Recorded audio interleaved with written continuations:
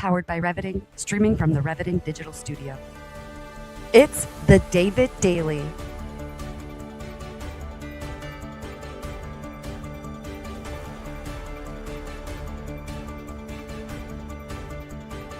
Exploring frontier technology, artificial intelligence, quantum innovation, and the intersection of faith, funding, and the future. Here's your host, David Goecke. Welcome, everyone. It is another awesome episode of the David Daily Show, and I'm excited to be here in the middle of New York City, tuning in from Polly's Cafe. The benefit of going live is you can just find your cell phone camera and a nice little spot with a good mic, some good lighting, and go live.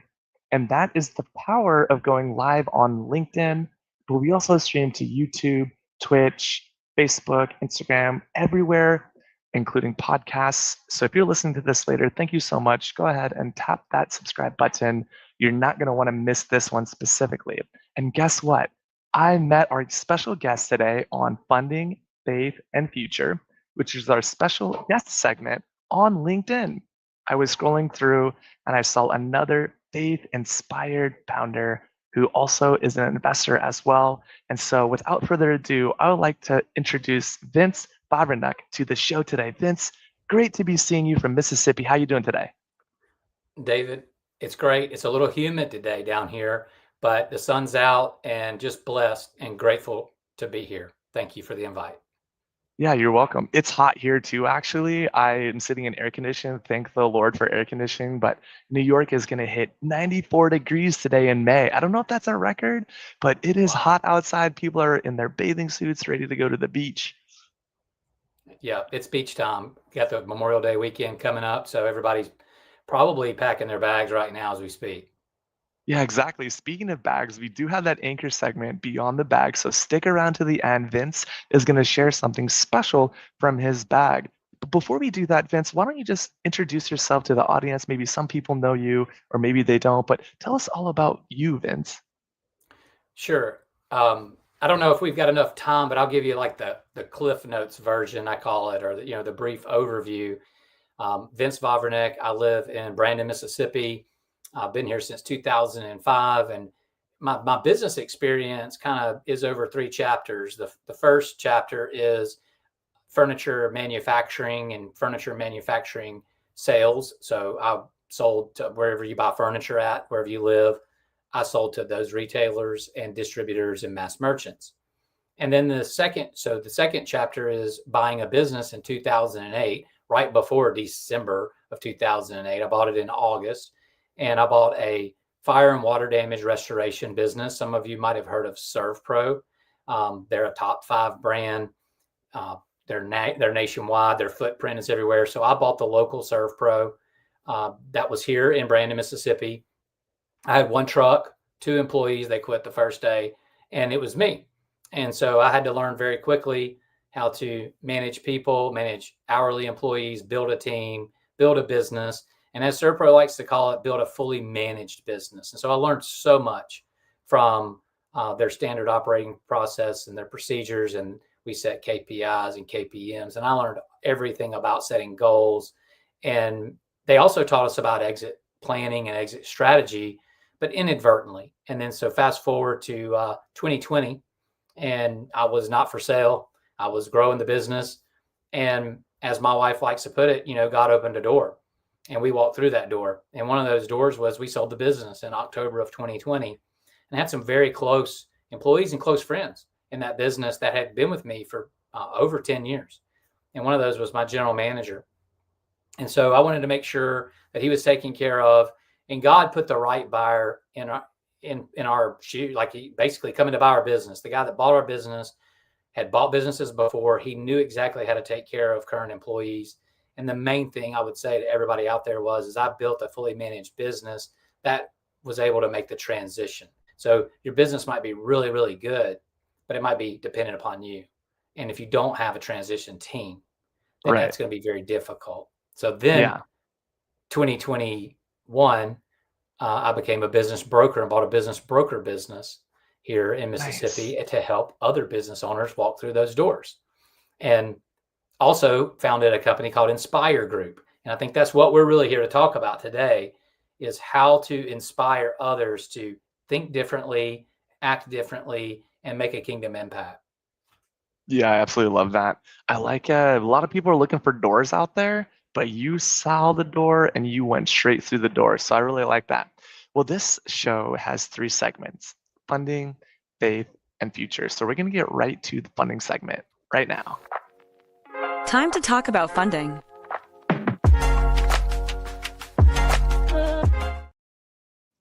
All right, faith-centered capital. What is faith-centered capital to you, Vince? That's such an awesome term. Not many people have maybe heard that before, but what does actually being faith-centered mean to you? So we'll start with faith-centered. What is the meaning of faith-centered is, well, where are your beliefs at? Number one, what do you believe in? And as for me, I believe in one God that sent his son here to die on a cross to forgive us for our sins and to create a new life. And for me, that was in 2001. So when I look for faith-centered capital, I look for kingdom-focused capital groups. I look for kingdom-focused businesses. I look for investors. And a lot of people don't know that those people are out there. And they're out there way more than people can imagine. I mean, there are alternative investment groups, there's capital groups, and there are also just kingdom-focused business owners that want to pour back into other businesses. And we can get into that, like as where they come from. And, there's a such thing called business as mission. BAM is another way you can look at. It's another website you can go to and look at. And they have a big ecosystem. There's faith-driven entrepreneur, faith-driven investor, solving the world's greatest problem. I mean, there's so many. Blue Trust, kingdom-focused financial planners, financial professionals that can point you in the right direction for faith-centered capital. And the main thing is, you hear the term, are you equally yoked? And so you want to make sure that you're equally yoked with your investor. Well, a faith-centered or a faith capital investor is going to be equally yoked with you if you're a believer and a believer in growth. That's right. Yeah, I love that idea of faith broker or faith capital. And if we get into just a little bit, by the way, I love that you're in Mississippi, Bible believing, love that. We do have a lot of multiple faiths on the show, but of course, I grew up, in a Baptist church in Indiana, of all places. So I've got some good theology. I've read the Bible a couple of times, and we hear that it's important to be a good steward of your finances and to tithe. I'm curious, in the business world, what does that actually mean to be a good steward of your finances? That's a great question, David.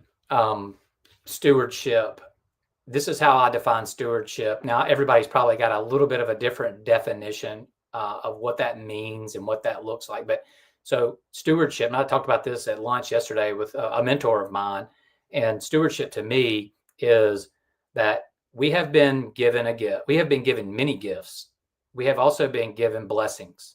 And stewardship is realizing, and I'm going to quote David Green, the founder of Hobby Lobby here, is that he owns it all. And we are just called to be good stewards of what we've been given. And the gifts, you have spiritual gifts. You also have financial gifts, and you've been blessed. If you're living in America, you're blessed. Okay, number one. And like my pastor likes to say, you're born on third base, according to the world. And everything in the world economics. So you have many blessings, and you think about stewardship, you think about giving the blessings back to others. So the stewardship role is, number one, recognizing that you don't own it all. Number two, blessing others with the gifts and the blessings that you've been given, and realizing that everything that you've been given is come from above. And we all get different things. And sometimes it's not necessarily monetary, but if you're talking about financial stewardship, is number one, obviously, we're not called to build bigger barns. We're not called to store up other things. We're called to lay up treasures in heaven, not here on earth, that moth will destroy. And so when you're grinding as a business owner and you're head down, okay, sometimes it's hard to see the purpose of financial stewardship because you're worried about, number one, turning a profit. Okay. You're worried about growing. You've got all these different things. Sometimes it's hard to take the blinders off. Serpro used to call it the 60,000 foot view. Imagine yourself elevating up, looking down, and looking at the impact that you're actually making where you are in Brandon, Mississippi, in New York City, in, you know, Indiana. All right. I mean, everybody's making an impact where they are. They might not realize it. John Gordon says it best, you get to, not I have to. Yeah, I love that. I love that. We get to be generous. It reminds me of one of my mentors, the Ostrom family, who were one of the most generous families and even started over 1,000 churches in the Philippines. And that requires a mindset of generosity for sure. But to stay focused on funding when you're looking at a business and you're starting to do the financial due diligence, right? Because we have a lot of investors that watch this show and early stage businesses as well as founders that maybe want to exit as well. What do those financial line items look like to really prove that what you're saying in terms of your values actually line up with the books? Another great question. Due diligence, financial due diligence. I mean, you can do this yourself, by the way. I mean, and I think you're going to talk about AI later on, right? Right. So that pairs very well. You don't necessarily have, and you can go hire someone to do a Q of E, quality of earnings, which is going to Hmm. cost a lot of money. But first thing you want to do is you want to get the corporate tax return. Okay. And that's very simple. That's basically a P&L that's filed with the government every year on what you're reporting and what your Right. line items are, very consolidated. And then you want to get a P&L from either the accounting or a QuickBooks, like the accountant or a QuickBooks, either one. There's prepared financials. So P&Ls, Right. balance sheets. Balance sheet's not necessarily going to tell you a whole lot about the charitable giving aspect, but it does kind of tell you the picture. And then Right. the main question, and this is something I learned as a business broker. Okay, I did not learn this as a business owner because I was Hmm. paid by insurance companies. So I was Hmm. paid to do insurance repair work by check or EFT or ACH, whatever. Right. Okay. A lot of people are paid in cash. And I just read in the book of Deuteronomy today about temptations. Moses is warning about temptations to the Israelites Right. as they go into the promised land. You are going to be tempted. And when you are being paid in cash as a business owner, that is the largest temptation that you could have financially. Okay. Hmm. So are you reporting the cash? Does that show up Right. on your tax return? Right. And that's a big question. And that's a tricky question, David, when you Right. ask that question. Yeah, no, I was expecting a totally different answer, but I really appreciate that you kind of laid the foundation to say, look, are you being a good steward of cash to begin with? But then also, how are you generously giving of those resources to the community around you? Like Mike Rovner, another mentor of mine, he said, we have 25 different business units, and each of our business units tithe off of the top line revenue. Now, I'm not saying that's the gold standard. There's not a line in the Bible that says, thou shalt, in every business tithe 10% off top line revenue, independent of profit. But I think, there's a conviction there that says, how am I being generous? How am I actually holding open my hands to say, I already have enough? And I really appreciate that perspective. So let's move on to that second topic inside of funding, which is strategic advisory. Okay, now we have faith fueled capital. What does that look like when I'm bringing faith fueled capital into a strategic advisory? So if there's a couple of different things, are we buying? Are we acquiring? Are we exiting? So Right. that would be kind of like a question back to you is like, where do we want to start? If we've got the faith centered capital, is it coming to us because we're growing our business and we're going to exit and now we're going to have this windfall? And what are we going to do with that? And we can talk about, Yes. we can Let's talk dive into about that.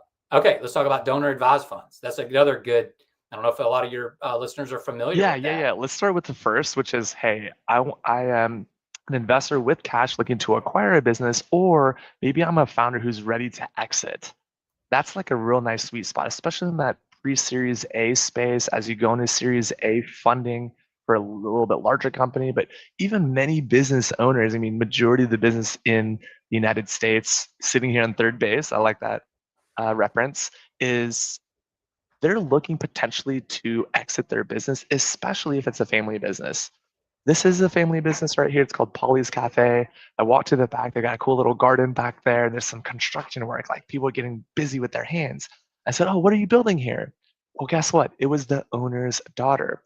So we're going to see a massive transition of wealth, and many, call it your wise business owners are either going to want to sell their business or they're going to transition it to their family or their friends.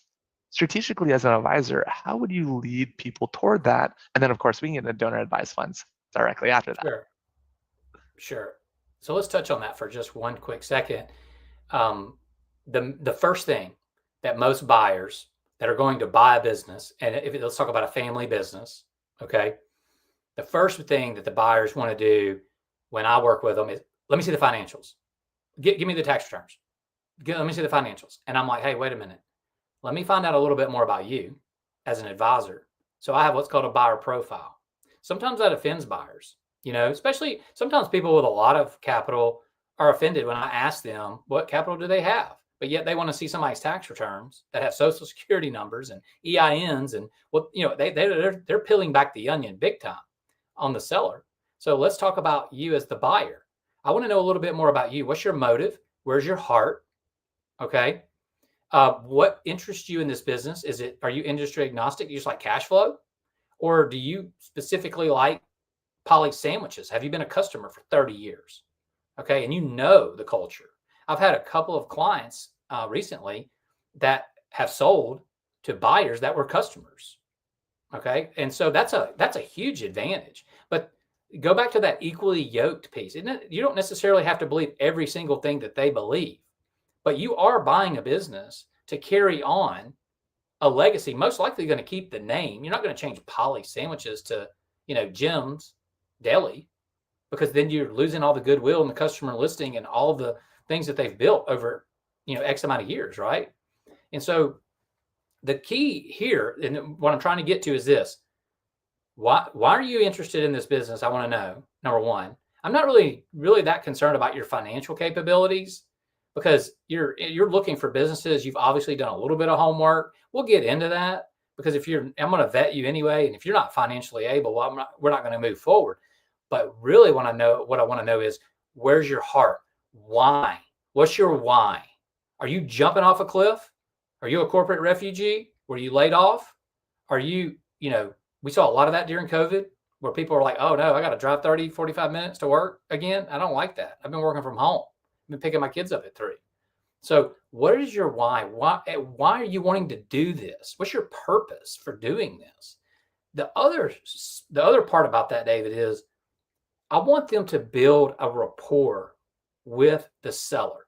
I cannot stress that enough. If you are a legitimate buyer and you are really genuinely interested in that business, building rapport with that seller is the most important thing. Finding out about that garden being built in the back, why it's being built. All of those things are huge. But I would say, first, what's your why? Second, let's build a rapport with the seller. Let's get a relationship. Yeah, I like that a lot, especially when you have the value misalignment, okay?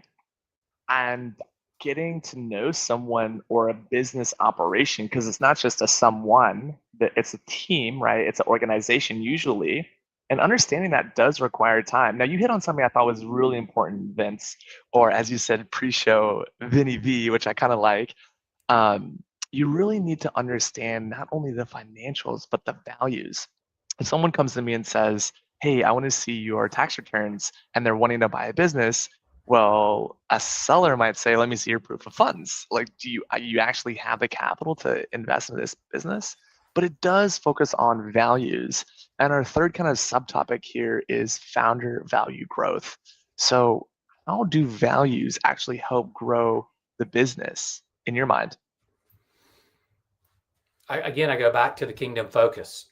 And one of the things I talk about a lot when I'm dealing with clients or prospective clients, or even people that are looking to, they're looking to import into their company or change their culture, of what I call a kingdom filter or a kingdom first mindset. And so that's, one of the things that I think is very important to a business owner and a seller and a buyer is, how are you going to impact the kingdom? Okay. Where are you? We talked about stewardship. We've talked about faith-driven capital. We've talked about all these things, but at the end of the day, the blessing and being a good steward, you have to be a good steward of the business. You have to be a good steward of your finances. A lot of times and I don't know if you've heard the story of the Barnhart Crane, the Green family, they want to grow to give. And Dwayne Donner with Impact CEO and Abide and Lead Ministry, he says it best. He says, I've been blessed beyond measure. And why would he not want to bless me more if I'm abiding and leading in him? So that's good. where it starts. That's right. I really like that perspective too, and saying it's not just being a steward of your resources, your finances, but it's a real stewardship of your talents, right, and your time. I'm thinking of Romans 12:1 and 2, and it's a good segue. We're going to get into that here in a second here as we switch over to our second topic, which is the faith focus. But yeah, being a good steward of the business, being a good steward of the people, being a good steward of the assets, the building, the land, the tangibles, but also being a good steward of those relationships. I really like that. So we're going to get into our second topic here on faith. Focusing on faith for a moment.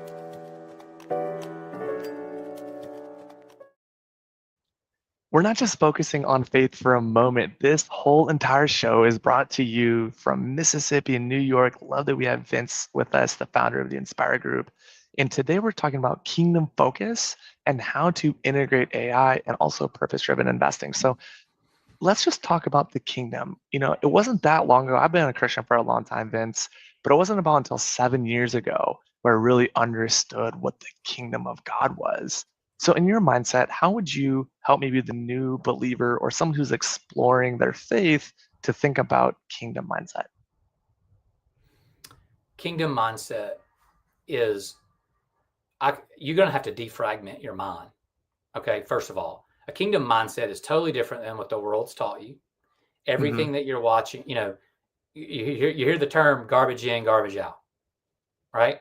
Everything that's coming in, if it's on social media, the news, whatever you're reading, whatever those things, that's the world. Okay. Right. A kingdom mindset is you have to defragment. You have to start peeling back the onion, literally, and you have to start with the heart. And I've talked about that before. Again, I'm talking to buyers. What's your heart? What's your purpose? But starting with your heart has to truly change. Then your mind changes. Okay. But it starts with the heart. And I know that's totally opposite because what we see is what we believe. Right. But in the kingdom, you are literally going to have a transformation. I had a transformation in 2001. And that's why I'm so passionate. And I don't know if you can tell or not. I get real high energy. Yeah. And I get really passionate when I talk about the kingdom, because and if anybody's watching this or that they knew me, before I was a Christian, and I did all the things that you weren't supposed to do as a young kid, young adolescent, all those things. We have to go through trials and tribulations. I call it refinement. Right. I call it being refined. And what does that mean? Refinement, that's a big buzzword, right? Well, refining means, we're improving. We're doing things that might not look like real good things that are going to bear much fruit in the end or down the road, sowing a seed for a harvest that you might not ever see. Right. So a kingdom mindset in a business is, we're going back to stewardship. We're going back to acknowledging that he owns it all, including your business, by the way. Right. He's not on the Secretary of State filing LLC as a partner, but he is. And I'll tell you another quick story. There's another podcast by a guy named Heath Hill, who's on Impact CEO, Lime Media in Dallas, Texas. And he says it. He was down. He tells his testimony. He was down to $3,000. And he made a deal with God. And he said now their business has flourished, and it's beyond measure. But he says, when I hear God whisper to me, I go. I don't think twice. And there's a running joke around the building that says, oh, there goes Heath and his partner. There goes Heath and God making a new deal. And so I tell you these stories because these are real life applications. But a kingdom first mindset is deprogramming, defragmenting everything you've learned, everything you're watching. Start listening to Christian music, start reading the Bible. Number one, it starts with the heart. And then you have to impart order into your life. And a lot of people are like, what does that mean? What is order?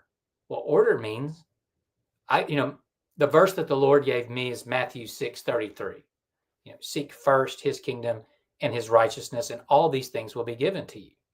Wow, that's simple, guy. That's simple for your listeners right now. Yeah. That is the instruction, David. Yeah. Wow, that is incredible. I love that. There's so many ways we can go with this, but I want to hone in on that Matthew 6 chapter because just this week, my best friend from West Seattle, Lennox, and we went up to Queens, and there's a new church there called Soul Church. And he opens up the Bible and he goes straight to Matthew 6, but not Matthew 6:33. He goes to Matthew 6:25. Well, what was the context of that passage? Luke actually is writing about the Apostle Paul who found Malta, which is an island just close to Italy. It's a country. And so he's in Malta and he gets off the ship and he immediately gets bit by a snake. The snake is like literally dangling from his hand.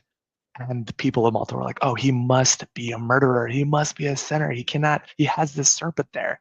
Well, guess what? He shook it off in the fire. He brought the fire, built a big fire, and then he shook it off. Well, guess what? That hand represents work in the Greek. And so literally the evil was attacking his work. Well, after he shook it off, guess what?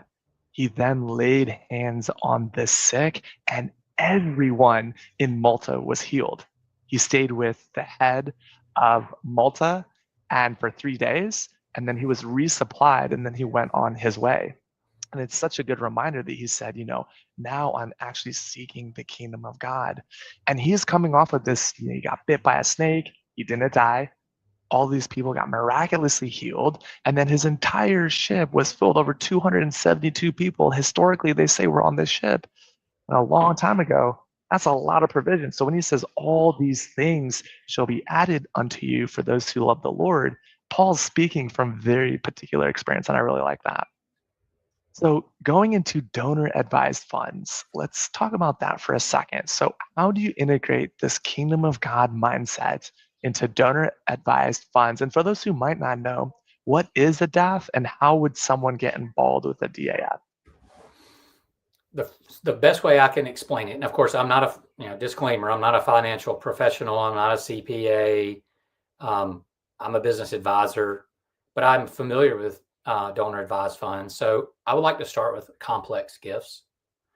Complex gifts are going to be mostly, real estate or partnerships of, not cash is a better way of saying it. So, real estate, investment property, vacation homes, businesses. So that's a complex gift. You're getting ready to sell a business, or you're in preparation to go to market 5-10 years from now. Okay. And a donor advised fund is you're going to allocate a percentage of ownership of that real estate or that business to a donor advised fund. Okay. And there are people out there, I would say National Christian Foundation is where I would start. And they're kind of like I don't know, they didn't invent it, but they did invent the Kingdom Donor Advised Fund. And so if we're talking about the kingdom, we're talking about kingdom focused, well, then you want to look at donor advised funds that are kingdom focused. Again, we're equally yoked. Okay. And so when you allocate a percentage of that, when you finally have the event and the exit, then the gain, if it's done correctly, and I know there's calculations of all this other stuff to do, and that's a financial professional's gain. If it's done correctly, then when the event does happen, now you're going to get a double. You're going to get a charitable contribution when you do the gift. Okay. Even though you haven't sold. So there'll be an appraisal, there'll be an evaluation done. And then If you give 20% of that asset, that complex gift to the donor advised fund, then that's a charitable contribution that year. And when you have the exit event of selling, then the proceeds are going to flow to you and the donor advised fund. Okay, so there's two. Just like if I own the company and you own the company and we sold it, I'm going to get a check and you're going to get a check based on our ownership shares. Does that make sense? Yeah, that's great. I really appreciate that you explain complex gifts because people come to me all the time and they say, David, what should I do with this and that? And, most of the time, and I appreciate the disclaimer as well, I'm not a lawyer and I'm also not a financial professional. Those are the two people early in school, business school, they say, get yourself a good accountant and get yourself a good attorney. But yeah, you can be generous with resources, with assets, with property, with complex items that are not cash, and that can actually benefit you. I think about this concept of while you're getting the harvest, you're also planting the seed, and that's what drives acceleration. So I'm curious to say, kind of closing out this faith category of topic, and we're going to continue to talk about faith, but I would like to talk a little bit about the future. But before that, what does purpose-driven investing, like very specifically investing for the sake of a return, how do you integrate your purpose? What is your purpose, or what are some of those values that you're looking for when you're evaluating a pitch deck or a deal, or you're looking at a business that's getting ready to sell or merge? What are some of those purpose-driven investing principles, Vince, that you would say, you know what, if I'm going to do business with someone, these are really my non-negotiables? Great question. I'm going to start with two basic things, and it's integrity and it's honesty for me. It's really not about going through a pitch deck. I mean, obviously the pitch deck's going to show me all the good stuff, right? Not going to show me any bad stuff. So I want to start finding out a little bit more. I want to do a little bit of a deeper dive, and I want to know about integrity, and I want to know about honesty. Now, if it's something that I actually can't talk to the founder, or I'm just investing in a fund, then I need to know who's managing that fund.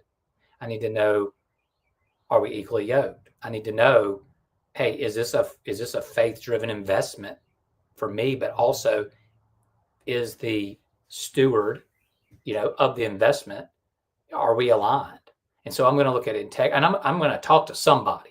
If I'm going to invest money, I'm going to talk to somebody. So number one, I got to make sure that we can relate, and I got to make sure that they know that the two things I have are integrity and honesty. It's like a country song, because we're in Mississippi, a man's good word and a handshake's all you need. Well, there's still deals done by handshake down here, believe it or not, in the world of legal and contracts. And those are some of the scariest deals. I've been through one of them myself as a deal maker. And, but also there's a trust. There's a huge trust factor there. And at some point in time, it's just like what I told you earlier, when that door opens, sometimes you just have to walk through it. You have to get out of the boat. You have to put your feet in the water, right? That's right. Take the first step, just like Peter did, even if you sink. So integrity, when I was a kid, I remember being in the third grade, Mrs. Sino. And if you're watching this, Miss Sino, or someone knows where Miss Sino is, why don't you tag her in this live stream? But she said, you know what? Integrity is, David, what you're doing when no one else is watching, when you're in the room by yourself, or when you think that maybe you could get away with something, but you actually do what was right, and actually maintaining a high sense of morality and taking the high moral road. Now, in contrast, you also see lots of disingenuous or, dishonest people in the marketplace, and especially even in the church. I mean, we're all human, and we've seen those people fall. So I have an interesting conversation with one of my mentors, and what he was saying, look, David, I had a deal go wrong. And in fact, it was with a guy in my Bible study after even 10 years of praying together. So when you hear something like that, Vince, and you hear some other people say, I don't know about those Christians. I don't know if I'm going to trust them. What are some signs to build trust and integrity, really evaluate that? And was there ever a time where maybe you thought you trusted or you had someone who was of an integrity, but they didn't actually come through? I'd love to hear maybe about a time where something went wrong, where there was distrust, and why integrity and honesty are your top two values. Man, yeah, this is awesome. Let's start with, I guess, I'll tell you a personal story. When you're running a business, like I was running a 24-hour emergency service business, we have nationwide exposure. Well, then when there's an event somewhere else, you're called in if you want to go. They called it Storm Team back then. Well, you're working really under the local franchise, and then you're also working under a Storm Team that's a bigger franchise, kind of managing. And all these Storm Teams are kind of vying for your loyalty. Are you going to work for me? Or are you going to, in the beginning, it was like, you're going to work for us. You don't sign up for these other Storm Teams, And so we've heard the war stories, but the one thing I found out very, very quickly, and for all the listeners out there, you probably have very similar stories. When it comes to money, people act differently. They change, and it's like a flip a switch, good or bad. And I've been on both sides. So I've had some incidences where there was an agreement, and then when it came time to get paid, things changed. Oh, by the way, I call it the fine print, right? Who reads the fine print? Nobody. You might put it in AI now to find out what it says, but it's back to that integrity. Like you said, when nobody's looking, when someone has control over something and they have control over money, then they can do whatever really they want to do. And you're kind of like the recipient of that. And there's not much you can do besides, I'm not going to do business with them again. Okay. And so there's some real hurt there. There's some violated trust there. There's some doubt there. It can happen in the church, like you said. I mean, the church is full of stories like this. And you're right. You can get jaded. You can get on a soapbox where I'm not going to church because all they do is talk about money, or that's all they want is my money. And, I don't know what they're doing with it, all those things. And I hope that answered your questions, because it was kind of a two-part Absolutely. question. It's a great conversation piece, and not as many people are talking about this. I have just 3 quick points, and then we're going to get to feature tech here in a minute, which is exciting and beyond the bag. But I was just going to say, look, the one time Jesus got really angry, like a righteous angry, was when there was tax collectors and goats in his holy house, right? And he's going through the tabernacle, he's going through the temple, he's saying, look, get these out of here. In fact, the Bible says he crafted a whip with his hands. So he didn't hurt or sin, of course, because Jesus was perfect. But in that moment, he definitely had a righteous anger toward that. And I really appreciate that you share that it's good to have that level of righteous anger, not towards the person or the organization, but towards the evil and the sin. And we do live in a fallen world, so that will happen. All right, Vince, it's great to have you here. We're going to jump right over to future tech. Let's talk about quantum and the future of technology. This is an exciting show. Thank you for tuning in and listening. We're here with Vinny V from Mississippi. I love his Southern accent on the show. Good Bible believer. What is the future of tech, of business? It's called future, not necessarily all tech. We can get into tech a little bit, but if you were to go out maybe 5-10 years from now and make some really bold predictions, whether it's in the way we fund, or maybe funding inside of the context of church and faith, or maybe even some technology, what would you say was something you're really kind of looking forward to in the next 10 years? I would say the one thing I'm looking forward to the most, and I talked about this earlier, is my passion is to help bridge the gap between the business owner, the entrepreneur, the community leader, and the church. And through technology and through also just community, I think it can be done, and we can work together. So right now, there's a gap. The business owner doesn't necessarily know how to use his resources for the kingdom or at the church, and then the pastor or the church or the local church sometimes doesn't know how to relate to the business owner, because maybe there's some intimidation on both sides, from a theology perspective, from a business owner. They don't really know how to talk to somebody at the church. So I think technology is a very, very good thing.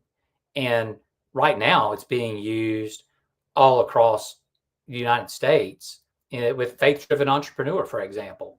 They're teaching foundation courses, and they're trying to partner with 2,000 churches or something like that. And they're already partnering with a lot of churches. So that's one thing. The other thing I would say is from a data analytics standpoint, the information that we have is at our fingertips. And so from a data analytics standpoint, there's going to be a big shift there. But I also feel like there's also an opportunity to implement the kingdom-led focus even more, because it's not necessarily, you don't have to be a theologian, you don't have to be a pastor to do this. And with technology and all the information that's available now, there's going to be different ways that we can help business owners and entrepreneurs, whether it's leading, some type of group. If it's a multi-site business, which there's a lot of those out there, multi-state, multi-sites, just like multi-site churches. Well, let's lead something that means something that aligns with our values, but let's also implement some technology and get immediate feedback and attendance. And let's really take a deep dive in how we can improve this culture. How can we create a kingdom-led focused business? Yeah, I love that. A kingdom-led focused business, for those who are faith-led, have a community of people who have similar values coming together, and they can enjoy their faith together. Now, we hear the phrase marketplace ministry, and you've named off a wonderful set of organizations. But let's just say for a second, there's a couple pastors or ministers or bishops that are apostolic folks that are watching. How could they build a marketplace ministry in the context of their nonprofit? I'll give you a perfect example. In 2024, I looked. We have this at our church. We have something called Group Finder. You basically, you just go find whatever small groups are available. Okay. Right. And so, what's a small group? Just for those who haven't heard of this, is a small group. A small, when I grew up, it was called Sunday school. we met. You went to church, and then you went to Sunday school at church. We still have those. We call those equipping classes. But it's not for everybody. So as the church has grown, if you're in a decent sized church, if you're a smaller church, it's a lot easier to start what we call life groups or small groups. Small groups could be couples, could be singles, but they're smaller groups of people. They could meet on site, they could meet off site, they could meet at someone's house. You could have dinner, you could then study the word. But you gotta, if you're a young married person, you gotta have a childcare. Okay, so the church has to be able to provide that. So if you're in a young marrieds class, that's totally different.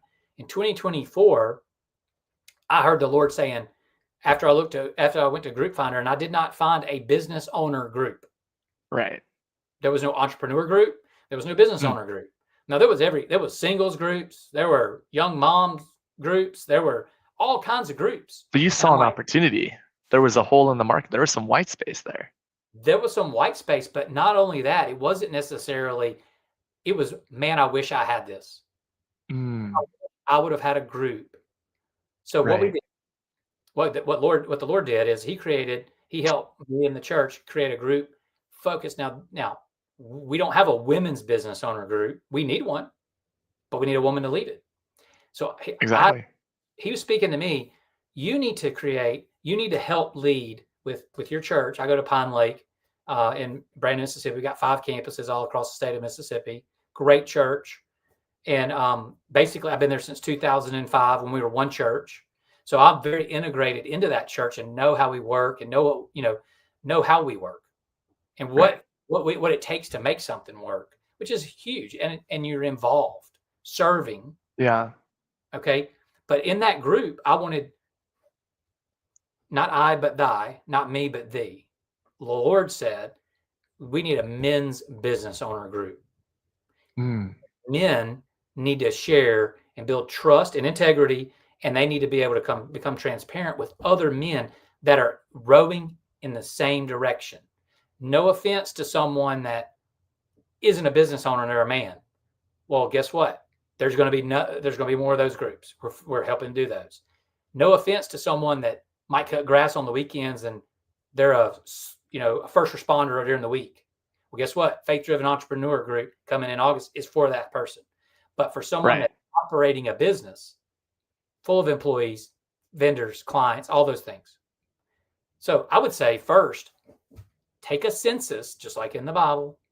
Take a census. Who's in my church? And I guarantee you, if you have a healthy group of men that are business leaders in your church, you're going to have a healthy church, because they're going to be spiritual leaders giving back and all these things we talked about. But that's where I would start, right there. Yeah, that's so good. There's a couple of things there. Thank you, by the way, for explaining the concept of small group. It was so funny. Like, back in my day, we called this Sunday school in Mississippi. That's definitely a good soundbite. And I wanted to highlight faith-driven entrepreneurs because, well, you're going to be meeting with them this week, and it's a really great way for entrepreneurs to get plugged in to a small group near you. They're all over the United States, growing very rapidly. Tell us a little bit more why you like faith-driven entrepreneur, Vince. So if you take a deep dive on their site, and some people might know who the Barna Group is. The Barna Group, the research firm. They're a research firm. And so faith-driven entrepreneur, Justin Foreman and Henry Kestner, I think is how you say his name. I might get that wrong. Sorry about that. But they got the Barna Group to do a study. Right. And what they found is in that study that business owners and leaders in the community are trusted more than anyone else, including pastors. And so they saw a gap. They saw a white space that you're talking about earlier. And so I just align so much with what they're doing, and I align wholeheartedly because it kind of is the infancy stage I was already in with the small group, the men's business owners small group. But I heard the Lord, and He was prompting me. Remember, I told you, I told you Heath Hill said, when God whispers, He goes. Well, I heard the Lord saying in February, hey, you need to open this up bigger. Keep the small group. Keep the small group. You got to do something bigger. And so I went down a rabbit hole, and I didn't find Faith-Driven Entrepreneur at first. Faith-Driven Entrepreneur found me. And just like we found each other on LinkedIn, God put people in my path. So Faith-Driven Entrepreneur, I could go on and on and on, and they're not the only one, of course, but they are a good place to start. Yeah, I love that. That's so good. I really like that theme of find the small church feel inside the big church. The average church, there's over 250,000 churches in the United States, places of worship, and majority of them are only about 67, 68 people. But if you're going to a mega church like in Brandon, Mississippi, if you're going to a large church, why don't you just lean in just a little bit, find a group of like-minded people. And if you don't see a small group or a Sunday school for you, why not start something, find one or two other people, you come together, create a little gathering, and then you can build something. In 2019, we started something called Business Believers Breakfast. So on Tuesdays, we would meet for breakfast at the club down the street. And inside that gym breakfast location at the Bellevue Club, we started to form and build those relationships over food. And that is a really great way to bring people together. Now, not every meeting needs to have food, but I'm half Korean. We grew up eating bulgogi and rice and kimchi in church every Sunday. And that just brings a cultural aspect to your faith, which is so important. Well, we're running out of time. We're going to get right over to Beyond the Bag. Beyond the Bag, Beyond the Bag, Beyond the Bag. All right, Beyond the Bag is a special segment, Vince. Vinny B, I'm excited to see what is going to actually be in your bag. So tell the audience what's in your bag and why that's something that you carry with you frequently. So this item is, we're in Mississippi, right? We're in the South. So a pocket knife. I don't know if you can see that. Okay. And it says It says the Heritage Forum. So this is a Heritage new Forum. gift. The Heritage Forum. This is a new gift. And I referenced Abide and Lead Ministry earlier in Birmingham, Dwayne Donner, and the Impact CEO podcast. Well, he has something called the Heritage Forum for CEOs and high capacity leaders once a year. And I was fortunate enough to go to that this year in Birmingham. And it's a 3-day event. And when I checked into my room, I had a little gift bag, like welcome, a nice letter from Dwayne, about how we have been specifically prayed for to be there. And a lot of what we talked about today is what we talked about while we were there. But even more interesting is on this knife, they engraved my Oh, name. so cool. But on the back, they engraved this. Wow. Proverbs 27:17. What does that verse say? So I'm not a biblical scholar, but this basically means that iron sharpens iron. Okay. That's right. And so that's the verse that when I got this knife and I checked in, it was like, I was in such a hurry to get there and get settled in. And I was like, wow, this was so intentional. And my message to your listeners is be intentional. Be intentional with everything you do. We talked about kingdom filter, but be intentional about every conversation and be intentional about everybody that comes into your path, because you never know what kind of impact you're going to make. Wow, that is so good. All right, so I'm going to share mine real quick. I do also, because I was originally born in California, but raised in Indiana. So, those formidable early stage years, I was a boy from Indiana, go fishing, hunting all the time. So I do have a small little pocket knife that I also carry for utility. It's always so good. But my Beyond the Bag thing today is a sustainable shopping bag. This is a very lightweight bag, but you never know when you need a small little bag to be able to carry your groceries. And actually, it's come in handy because I only have 15 liters on me. This is my 15-liter bag I travel with everywhere. And so when you can double your capacity, there's so much more that you can do and serve. Okay, Vince, what is the best way for people to stay with you? I feel like we could talk for a long time, but what's the best way for people to get connected with you and the Inspire group? I would say, if you're on LinkedIn, I'm probably going to connect with you at some point in time over her lifetime. Yeah. So LinkedIn is, there I am right there, faith-centered advisor. And, that's my identity. That's where I'm at. That's where I don't live on LinkedIn, but I'm on other social channels. But that's how we connected, David. And I've connected with so many others. So I would just say that's probably just shoot me a message on LinkedIn. Hey, and I'm one of these people, I respond to everything myself. Okay. That's right, you do. Number two, if you send me an email, your email address or your phone number, I will email or call you. I love phone calls, by the way. That's great. Well, I really appreciate that. And we have a pretty unique story. In fact, last week I was looking on LinkedIn and we got connected. And I said, Vince, I'm dying to have you on my show. I just know it's going to be one of our best episodes. So I really genuinely mean that. You don't meet too many people who have bought and sold a business from Brandon, Mississippi, loves faith-driven entrepreneur, and is really a man who you have a tiny house. We didn't talk about that today, which is your office. I'm an explorer and adventurer, been to 50 states, traveled 30 countries. So I love everything you got going on. And I'm excited for what's going to be next for you. So what is going to be next for you? What are you really focused on this summer? Well, personally, this summer we're going in June, we're going to Wisconsin. That's where the Vavruneks migrated from Czechoslovakia in the early 1900s. So we're going up to Door County, Wisconsin, which is at the top right. And it's no humidity, beautiful. And we're taking our RV up there. So I have 3 daughters. My oldest is a freshman in college, and my middle one's going to be a senior in high school. And then I have a 13-year-old. So we all go, including my 100-pound golden retriever bear. He goes with us. So that's the first next. And the next is the Faith Driven Entrepreneur class is going to be at Pine Lake.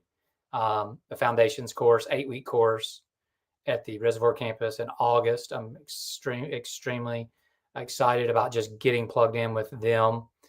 And then that's where I'm at as far as being obedient. Obviously I do a lot of seller representation for people that are looking to exit, whether that's strategic planning or getting them to a exit place, and then also taking them across the finish line to a successful transaction. And so those are always things that I've got going on as well. Yeah, that's wonderful. I love hearing that. Thank you so much for sharing that. Well, Vince, it's been a pleasure having you here on the show. And I was just going to say, if you're thinking about going live, I would encourage you to check out Reviting. Live stream on LinkedIn and YouTube, Facebook, Instagram, Twitter, you could say Kick and Twitch and all the things, is a beautiful way to share your voice as a thought leader, but also to be able to meet other people and really create a personal brand that will live forever. This conversation, I'll be able to look back in 10 years from now and say, you know what, Vince, it was because of us, because of you, that I had a newfound perspective on life and a new friend in you. So if you're thinking about that, you can check it out on the website. I would encourage you to do that. I would also say, going live on LinkedIn is so easy. All you need is a camera and a microphone to be able to share your thought leadership. The David Daily goes live every week. Thank you so much for watching. We'll see you on all the platforms. We'll catch you next week.